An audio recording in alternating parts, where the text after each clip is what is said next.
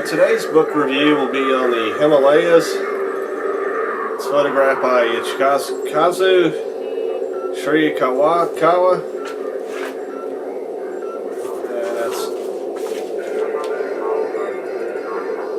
It's by Harry ABRAMS, publisher. The Himalayas are the largest mountains range on the planet. Most of the mountains, 14 of the mountains in the Himalaya range are 8,000 feet and higher, which is very high for mountains. So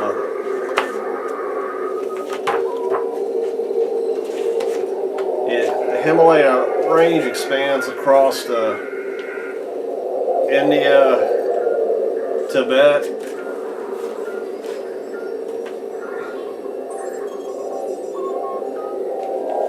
and People's Republic of China.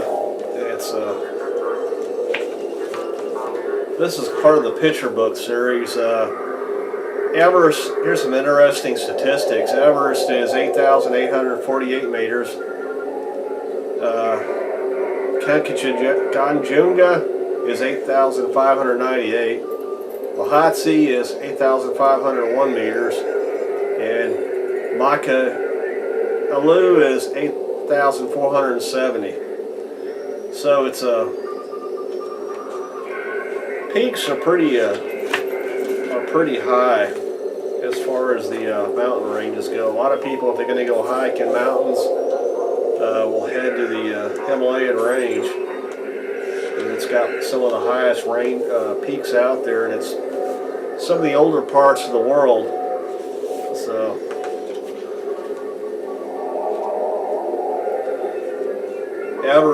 Mount Everest is one of the top places that people like to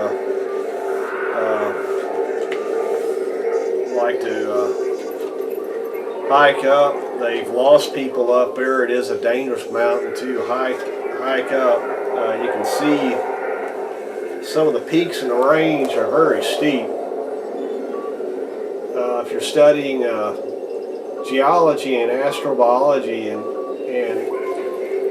compare these peaks with some of the stuff that we're picking up at Mars and stuff, a lot of these peaks you just don't see on Mars and some of the other planets we've been studying so far. They're very jagged and they're not smooth like the Smoky Mountains. The Smoky Mountains are part of Mars, and the Smoky Mountains are just kind of rolling high hills. But these jagged cliffs are characteristic of the Earth. So if you're doing a lot of geography studying, this is one of those books that you might want to get. They just didn't find these real jagged peaks on Mars and some of the other planets that we've gone out to. And none of them have snow on them. The Earth does have an atmosphere that can actually produce snow.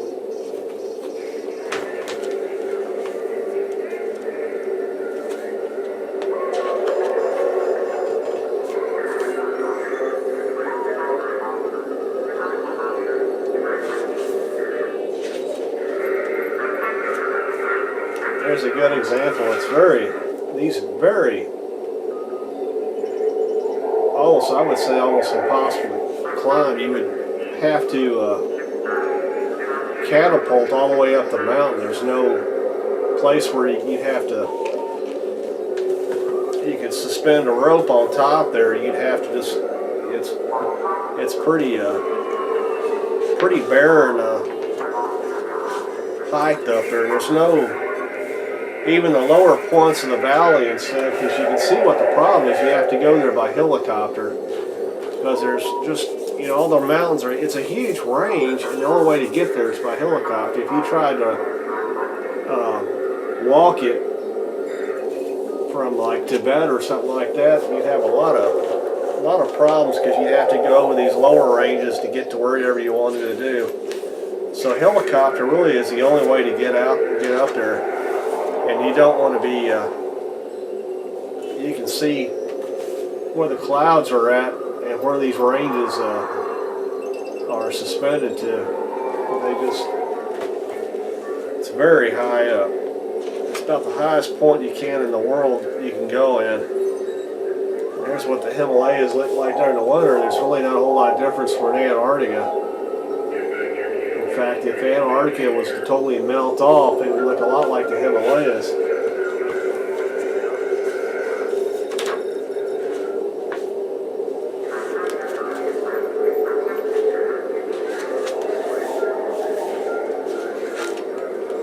There's a lot of people there's been UFO sightings in the Himalayas, and the Tibetan monks and stuff you can talk to would tell you that they've seen them out there, you know, for a couple hundred years.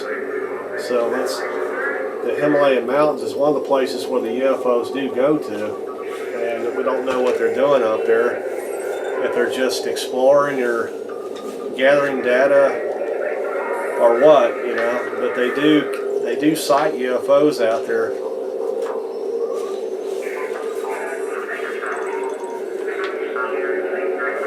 Here's what the Himalayas look like from Tibet. It's kind of like Denver, Colorado, mile-high city. When you're at that point there, you're already a mile high up. So, yeah, it's no different from Denver. You get up at 8 o'clock in the morning, it's, you know, 50 degrees, and it's July. You know, you got to get a feel for the you know, that you are up there, even when you're in the city out there. You know, a lot of the Tibetans are sheep herders. It's pretty harsh living out there. You know, sheep herding is one of the things that they can do out there to make some money. It's kind of the culture and look of the people. They're very Indian looking. Yeah, parts of that is they're kind of a mixture of Indian, People's Brahmagachana, Tibetan. There's a lot of Indians living out there. A lot of them still have wood instruments, kind of like Sweden. If you go to Sweden and Switzerland, a lot of them still play a lot of traditional wood instruments.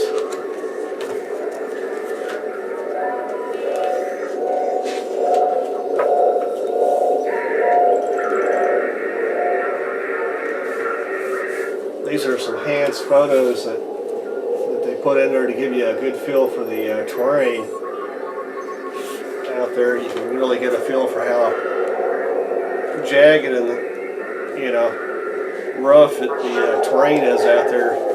But if you're hiking up this glacial area, you can see all the boulders and the boulder field that you have to traverse to get over there, and any one of those can cause an injury. And you know, they have lost quite a few people over the years that have hiked up there. It's beautiful to look at, but it has a certain level of danger. But that doesn't stop people from going up there to the Himalayas and hiking up there. There's a lot of mysticism associated in Indian traditions and Tibetan traditions, that the gods arrive from up there. So, and then I said earlier, there's a lot of UFO sightings and stuff, so maybe some of those myths have to do with the early UFO sightings out there.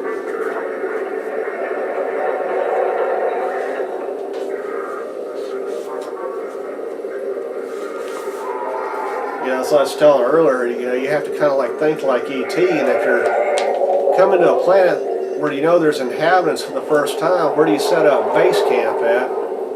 You know, and they can see these high mountain ranges and say, well, let's set up base camp up there because we know they're not going to be up there, and we set up base camp up there and put a remote observation.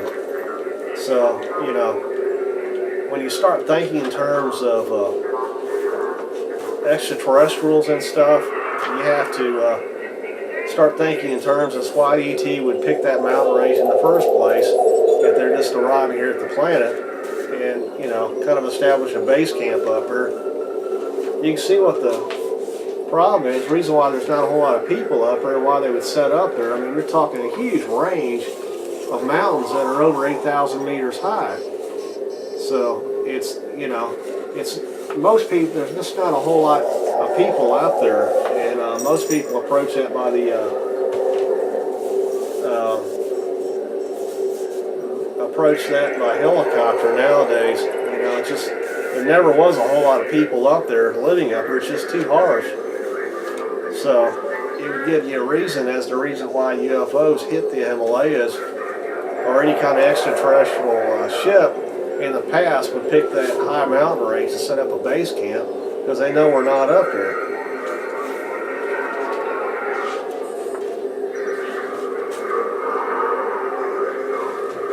There's a kind of a Romanian type. If you go to Romania, you'll see this kind of dress also. So you kind of wonder, you know, what in trade and stuff, how far those trade routes went into Europe and stuff. How much cultural exchange there was. People in Turkey dress like that also in Turkey.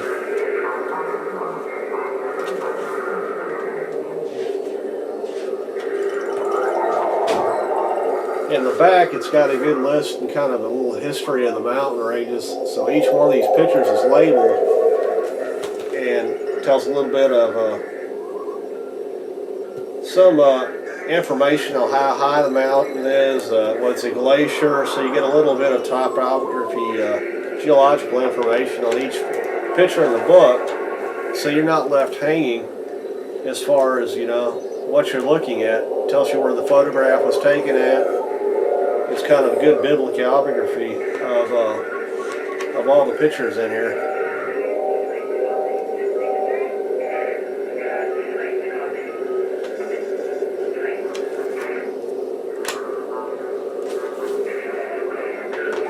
Well, that does it up for this book review.